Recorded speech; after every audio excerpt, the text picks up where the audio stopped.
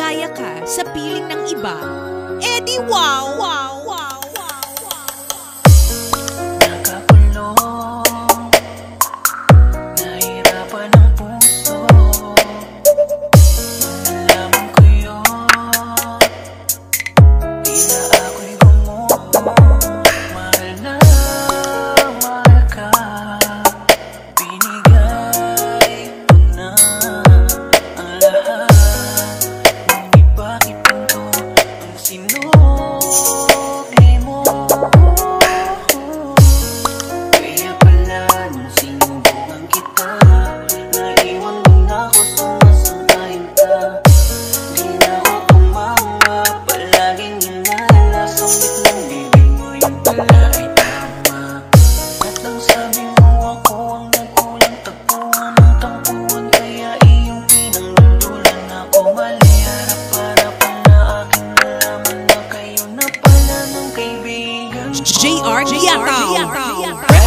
Crazy nalaman ko na kayo na pala ng best friend ko.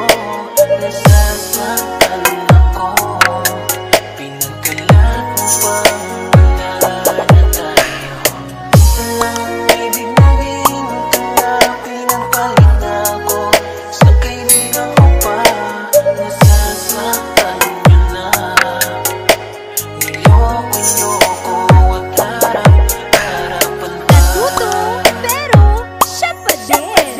Gabi na, di tayo magkasundo at palagi mo na lang akong inaaway. Maliit na bagay, pinapalaki mo na, sana ba yung pag-aagapay? Dati pinapahalagahan, oras ng tulog sinasabayan. Palagi mo akong binabantayan, kapag di nakikita di napupunan. Di ba sinasabi mo, di mo kayang mawala ko sa'yo? Pangako mo pa nga sa akin, ako lamang ang pakakasalan mo. Nagbago lahat, dahil ikay kumagat sa tukso tinapon at tinapat. Isang gabi aking nalaman, nakita ng aking mata, aking kinagulat.